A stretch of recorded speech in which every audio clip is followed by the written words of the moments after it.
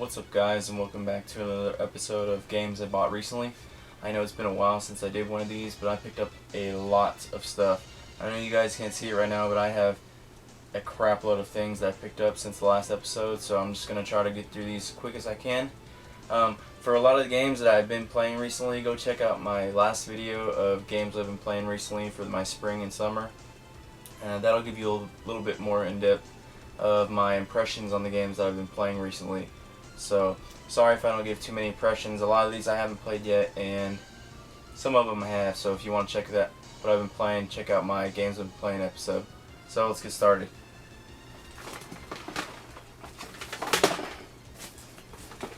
First, I'm going to show you guys some strategy guides I picked up. I got these for like 50 cents at my thrift store, and a lot of them are still sealed and brand new.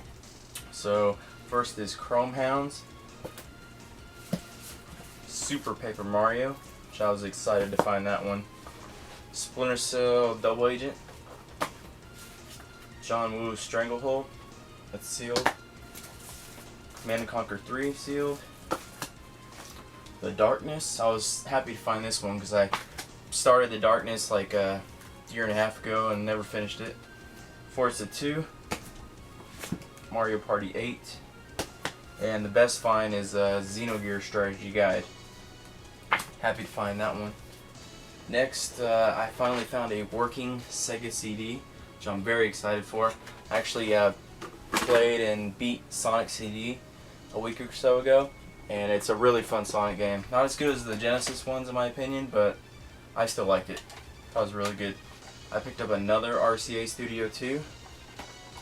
Very old school system. I have a review for the RCA Studio 2 if you want to check that out. Picked up Beyblade for the PlayStation. It was like $1, so just picked it up. Here's another system I picked up. Picked up a Game Boy in this little case. Comes with the Game Boy, little 2 adapters. Got that for like $5. Picked up another Sega Genesis. And I also picked up the high definition graphics with that Sega CD, Sega Genesis. We have another copy of Ocarina of Time. This one's much better than my other copy, so I'll be keeping that. I actually picked up now this is a very unknown system that came out like in the 80s. It runs on VHS tapes, and it's an Action Max game. And this is for the Action Max video game system. I believe Gamester81 has a review of the Action Max on his channel, so if you want to go check that out, it'll show you more in depth of what it is. It was put in with the VHS tapes, so I got it for like $1. It's still sealed. I have a Sega CD game, Star Wars Rebel Assault. I picked up, this is another kind of strategy guide I picked up, is The Art of Viking Battle for Asgard. I actually got this game like 2 years ago, haven't played it yet, but this is just an art book that I found for it. It was like 50 cents, so happy to have that. Atari Anthology for the PlayStation 2. Bunch of Atari games on there. I did not get that for $4.99. I got that for like $2. I got an RCA Studio 2 game because I'm actually going for the complete library. TV Schoolhouse 2 Math Fun. I picked up a copy of Tetris Attack in the box. The box isn't in great shape, but the game is complete. And I actually already have a copy of Tetris Attack, so to find it complete in the box for like $3, I think, was a very nice find. Probably trade or sell my other copy. Picked up Sam & Max Season 1. These were some games that came out on the PC in the 90s, I believe, and they're re-releasing them on the Nintendo Wii, and I actually got that for $4.96. This is still brand new. Kind of excited to play those when I get a chance. We have Arc Fatalis for the Xbox, not in the original case, but this game just looked interesting. It kind of looked like Oblivion on the back. It looks like a first-person kind of a, same kind of medieval RPG kind of a game. So, was happy to find that. We have Azurk, Rise of Parathia. I remember this game being like on the covers of when the Xbox first came out, like on Xbox Magazine or something. And it looks like a cool hack and slash kind of action adventure game. Alright, Matrix Path of Neo. Got this for like $2. I don't know if I plan on playing that anytime soon. We have WWE Day of Reckoning for the GameCube. Very fun wrestling game. This is one of the better, newer wrestling games in my opinion. So I'm not really a fan of SmackDown vs. Raw. We have Red Faction 2. Now, a lot of these PS2 games I got when GameStop was having their buy 2 get 1 free sale like a month or two ago. It's been a while. So I got Red Faction 2.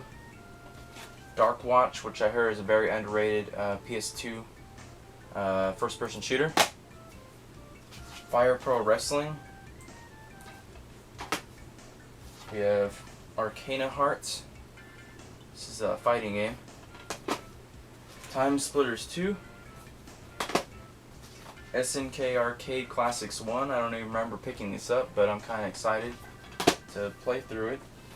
We have Baroque for the PS2. This got ported over to the Wii. Also, it's like a, what is it?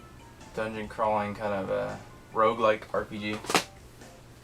Super Monkey Ball Deluxe. Luigi's Mansion, which I'm happy that I finally have a copy of this because I never played it before. And with the one coming out on 3DS, gotta play through that. Escape from Monkey Island. Kind of happy to find that one too. That one's kind of hard to find. Here's another book I picked up, the Super Nintendo Game Secrets Guide. If you had one of these as a kid, you were really cool because before the internet, we had to use guides to help us through games and word of mouth from other game players. So these things made you real cool back in the day. I found these along with the other strategy guides I found. So this was like $1, 50 cents, something like that. Happy to find a retro guide like that. 3D Dot Game Heroes. I'm not sure if I mentioned this on my last episode, but check out my games I've been playing recently episode to see my impressions on this. I think it's really good. We have, let's just get to some Genesis games. A lot of these Genesis games I have sports games, but I picked them up for real cheap. They were like $0.25 a piece, so for complete Genesis games you can't go wrong. And just add to the collection. And some of them I do enjoy some sports games. Okay, we have Wayne Gretzky in the NHL PA All-Stars. Very nice condition. Like I said, I got these like for all $0.25, 50 cents. Toxic Crusaders. I remember seeing like 20 minutes of the Toxic Crusader movie, and I thought it was terrible. Terrible, terrible. It was, I can understand it's a cult classic, but it was horrible. Awesome Possum Kicks Dr. Machino's Butt. Now, if that's not a Sonic the Hedgehog ripoff, I don't know what is. It's a Tengen game, and it came complete. I don't know, it just looked interesting. You know, it's one of those 90s platformers where they had 100 different mascots, so just picked it up. Here's a good price that I got this one for. Hyperstone Heist, Ninja Turtles. It wasn't complete, but, you know, for 50 cents, can't go wrong. Aladdin for the Genesis, a lot of people's favorite. Let's see, Cyborg Justice. Wayne's World for the Genesis. I hear that one's pretty horrible. NHL 95. College Football USA 96. A lot of these sports games back in the day came with like maps and huge booklets and lots of ads, so these games are really heavy. We have Global Gladiators. I'm not sure what that's about. Looks kind of like some kind of platformer. NHL Hockey 93. Pat Riley Basketball. Nothing too crazy. Sports Talk Baseball. World Series Baseball. Now here's the better games. Here's the Master System game, Reggie Jackson Baseball. Outrun for the Master System. Afterburner for the Master System. We got Sonic Spinball, Jungle Strike. Here's a one that I'm really happy to find, Contra Hard Corps. This one was complete.